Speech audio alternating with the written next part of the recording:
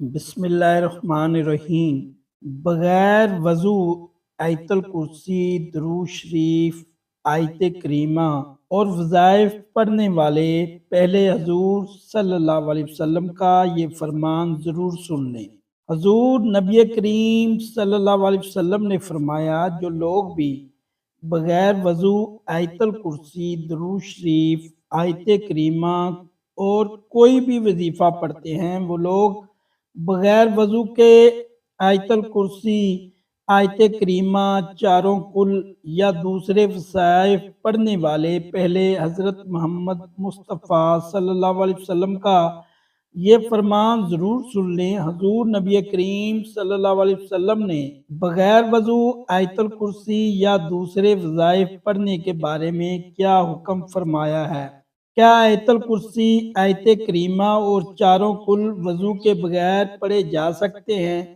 اس video میں یہ تمام معلومات فراہم کی جائے گی، لیکن پہلے یہ جان لیجئے کہ اگر آیت الکرسی کو وضو کرنے کے بعد اسے تلاوت کریں تو اللہ تبارک تعالیٰ پڑھنے والے کو 40 سال کی عبادت کا ثواب عطا فرماتا ہے، 40 درجہ بلند کرتا ہے اور 40 پورے عطا کرے گا۔ اگر آیت الکرسی کو پڑھ کر مرحومین کو ہدیہ کر دیا جائے تو اللہ تعالیٰ فرشتوں کو حکم دیتا ہے اس کے لیے قیامت تک تسبیح کریں، 60 انبیاء کا ثواب عطا کرتا ہے۔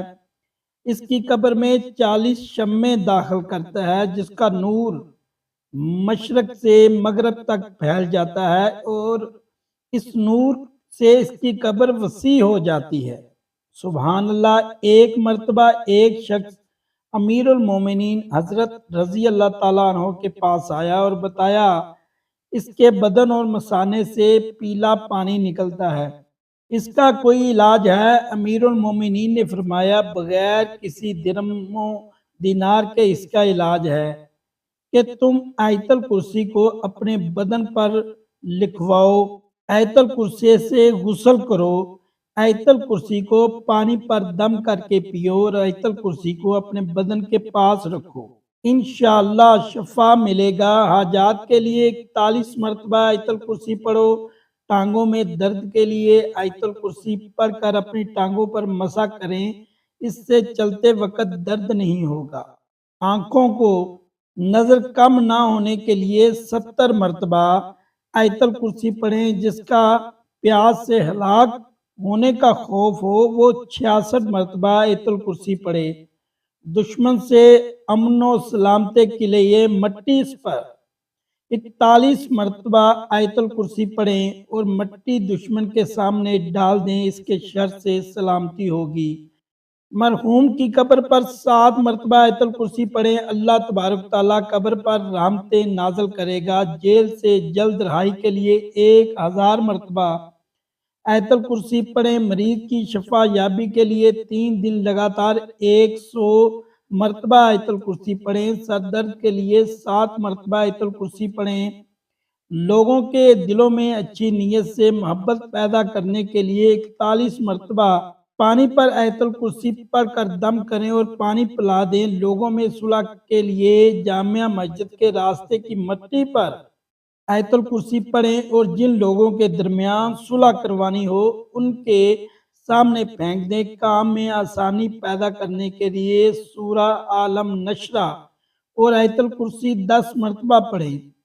بچوں کو بلاؤں سے سلامتی کے لیے 40 مرتبہ آیت الکرسی پڑھیں اور پھر لکھ کر بچے کے گلے میں ڈال دیں۔ ناظرین، آیت الکرسی پڑھنے کے فضائل تو بہت زیادہ ہیں اور یہاں پر ہم اس کے چند خاص ذکر پر اتفاق کرتے ہیں۔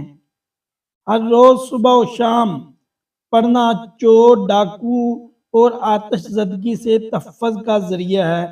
ہر فرض نماز کے بعد اس کا پڑھنا رزق میں فراوانی کا باعث ہے۔ اگر اس کو لکھ کر کھیت میں دفن کر دیا جائے تو وہ چوری اور نقصان سے بچ جائے گا اور اس میں برکت ہوگی۔ ہر روز فرض نماز کے بعد اس کا پڑھنا سانپ، بچھو اور جن و انس کے شر سے بچاؤ کا سبب ہے۔ اگر اس کو گھر میں لکھ کر رکھنا چوری سے بچاؤ کا سبب ہے۔ اگر اسے لکھ کر دکان میں رکھا جائے تو اس میں خیر و برکت ہوگی۔ ہر شخص کا سوتے وقت اس کا پڑھنا فالج سے حفاظت کا باعث ہے۔ نبی کریم صلی اللہ علیہ وسلم سے منسوب ایک روایت میں ہے کہ جو شخص فرض نماز کے بعد آیت الکرسی کی تلاوت کرے گا، خدا اس پر نگاہ رحمت کرے گا اور آسمان سے ایک فرشتہ بھیجے گا جو ان کی نگہبانی کرے گا۔ دوسری جگہ وارد ہوا ہے کہ جو آیت الکرسی پڑھے گا وہ اس شخص کی طرح ہوگا جس نے پیغمبروں کے ساتھ رہ کر جہاد کیا ہو اور شہید ہوا ہو، موت کے بعد بلا فاصلہ جنت میں جگہ ملے گی۔ اس کے علاوہ فکر و فاقہ دور ہوگا، خدا کی طرف سے ایمان نامہ ملتا ہے، رزق میں وسعت ہوتی ہے اور خدا اپنے فضل سے اس کے مال میں اضافہ کرتا ہے۔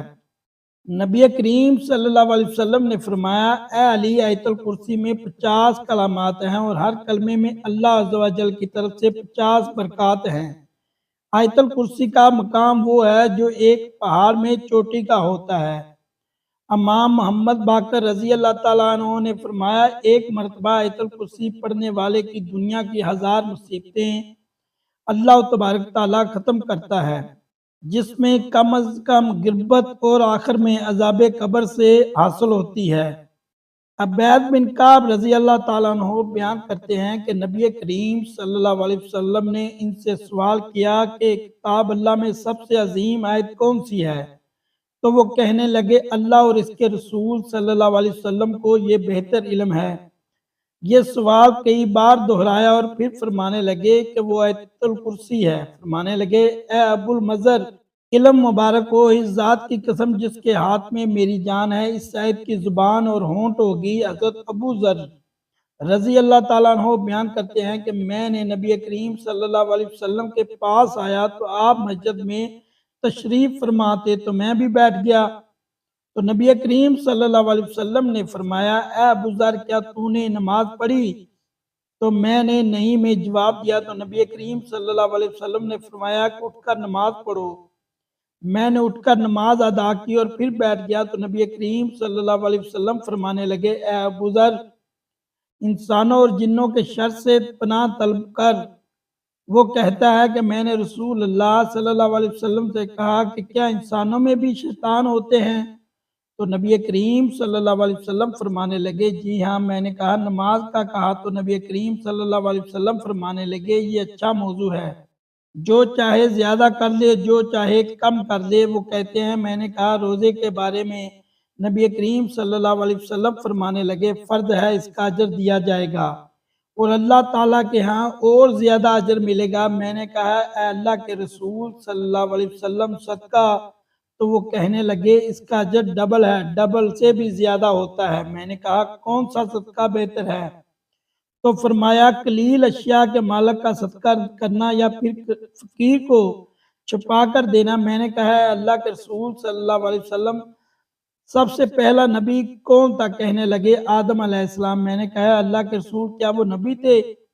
نبی صلی اللہ علیہ وسلم نے فرمایا کہ وہ نبی مکرم تھے، اللہ تعالیٰ کے ساتھ بات چیت کی تھی۔ میں نے کہا اللہ کے رسول صلی اللہ علیہ وسلم، رسولوں کی تعداد کیا ہے؟ فرمانے لگے 310 سے کچھ زیادہ۔ ایک جمع غفیر تھا اور ایک مرتبہ یہ فرمایا کہ 315۔ میں نے کہا اللہ کے رسول صلی اللہ علیہ وسلم، آپ پر جو نازل کیا گیا ہے اس میں سب سے عظیم کیا ہے؟ فرمایا آیت الکرسی۔ عبداللہ بن مسعود رضی اللہ تعالیٰ عنہ بیان کرتے ہیں کہ انسانوں میں سے ایک شخص نکلا تو وہ ایک جن سے ملا اور وہ اسے کہنے لگا، کیا تم میرے ساتھ کشتی کا مقابلہ کرے گا؟ اگر تو نے مجھے بچھاڑ دیا تو میں تجھے ایک ایسی آیت سکھاؤں گا، جب تو یہ آیت گھر میں داخل ہو کر پڑھے گا تو شیطان گھر میں داخل نہیں ہو سکے گا۔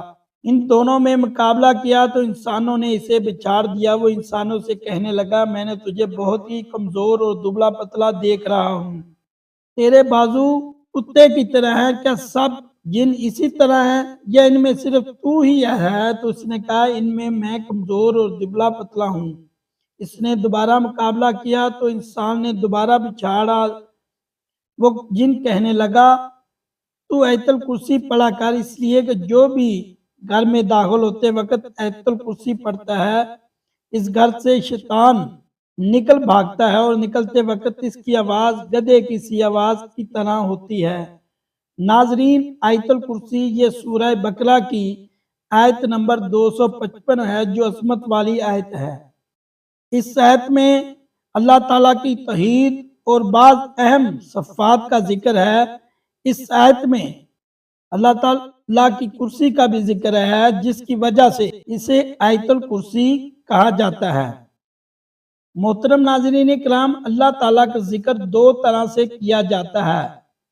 ذکر بالجہر یعنی تیز آواز میں ذکر کرنا، اس ذکر کی ضرب سے دل پر ایک خاص اثر پڑتا ہے، آنکھوں سے نیند اٹھ جاتی ہے، سننے والوں میں بھی شوق کا ذکر پیدا ہوتا ہے، اس سے شیطان بھاگتا ہے اور ذکر کی آواز جہاں جہاں تک پہنچتی ہے وہاں تک کی ہر چیز ایمان کی گواہ بن جاتی ہے۔ دوسرا ذکر خفی یعنی صرف دل میں اللہ کا ذکر کرنا ہے۔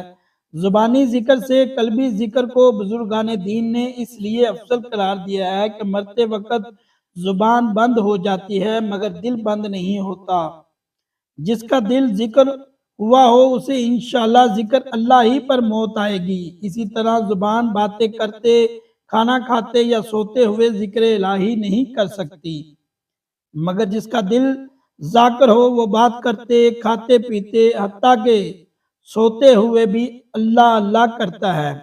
بعض قلبی و ذکر کرنے والے ایسے ہیں کہ جس محفل سے گزر جاتے ہیں ساری محفل کے دلوں کو ذکر اللہ پر جاری کر دیتے ہیں، جس جگہ بیٹھ جائیں وہاں کا ذرہ ذرہ اور در و دیوار بھی ذکر اللہ کرنے لگتے ہیں۔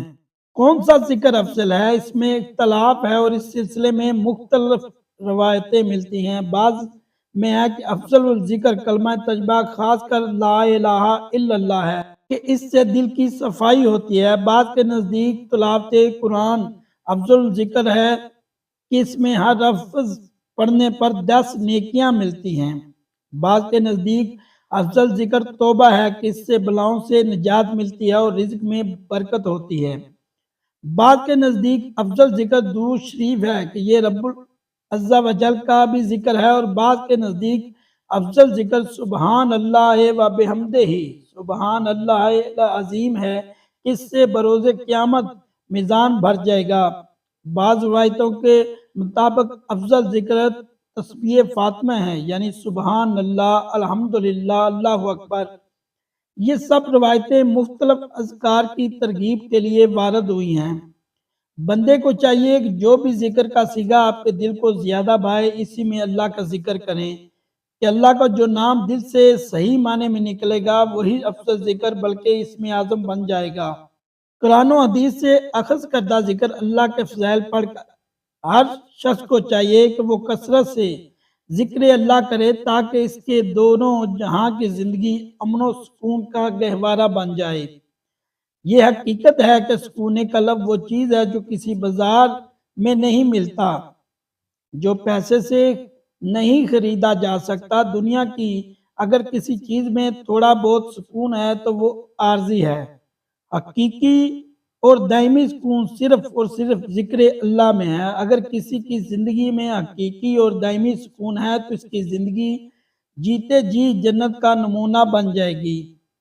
اس کے برعکس تمام تر نعمتوں کے باوجود اگر کسی کی زندگی میں حقیقی اور دائمی سکون نہیں ہے تو اس کی زندگی جیتے جی جہنم کا نمونہ بن جائے گی، کیونکہ جنت میں چین ہی چین ہے اور جہنم میں بے چینی ہی بے چینی ہے۔ ناظرین، اب آئیے اپنے آج کے اصل موضوع کی طرف چلتے ہیں۔ کیا بغیر وضو کے آیت الکرسی پڑھ سکتے ہیں؟ آیت الکرسی آیت کریمہ پڑھ سکتے ہیں؟ چاروں کل پڑھ سکتے ہیں؟ تو سب سے پہلے جان لیجئے کہ وضو کرنا شرط ہے نماز کے لیے، یعنی جب بھی نماز ادا کرنی ہو تو اس سے پہلے وضو کرنا شرط ہے۔ اب یہاں پر سوال یہ بھی اٹھتا ہے کہ ایک شخص کا وضو پہلے سے ہی موجود تھا اور اگلی نماز کا وقت ہو گیا تو کیا پھر سے وہ وضو کرے؟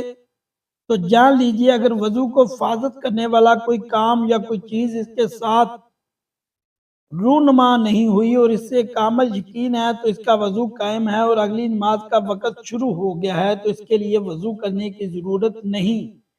لیکن یاد رکھیے کہ قرآن کریم کی تلاوت کرنے کے لیے وضو کرنا شرط نہیں ہے۔ ایک شخص بغیر وضو کے بھی چلتے پھرتے اور اپنے روزمرہ کے کام کاج کرتے ہوئے قرآن پاک کی تلاوت کر سکتا ہے، لیکن یاد رکھے کہ قرآن پاک کو چھونے، پکڑنے اور قرآن سے دیکھ کر تلاوت کرنے کے لیے وضو شرط ہے۔ البتہ اگر آپ کو وہ سورہ زبانی یاد ہے جو آپ پڑھنا چاہتے ہیں، پھر ان کو زبانی پڑھنے کے لیے یا تلاوت کرنے کے لیے وضو کرنا شرط نہیں۔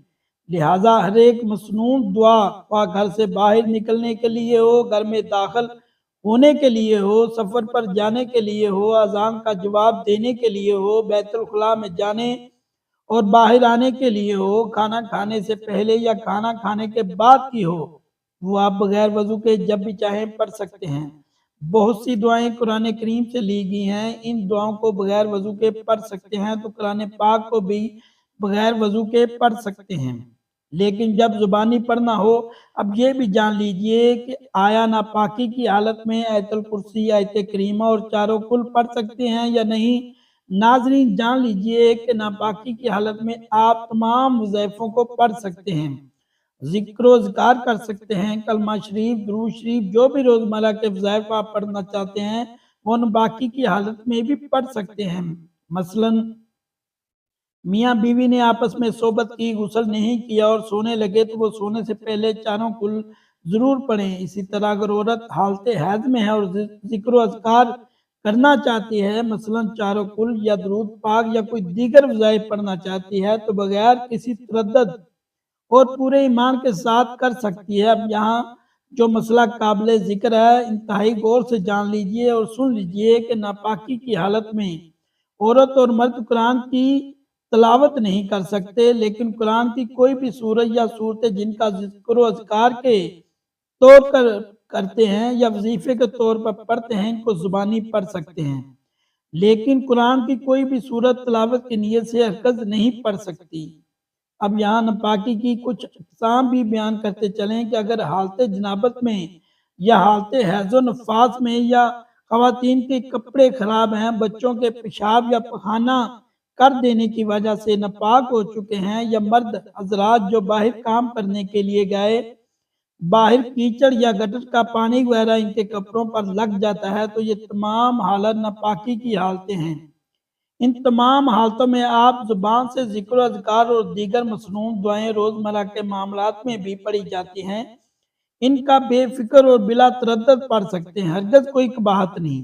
آپ لوگ یہ پوچھیں گے کہ اگر ناپاکی کی حالت میں بھی ذکر و اذکار کر سکتے ہیں اور بغیر وضو کے بھی کر سکتے ہیں، پھر دونوں میں فرق ہی کیا ہے؟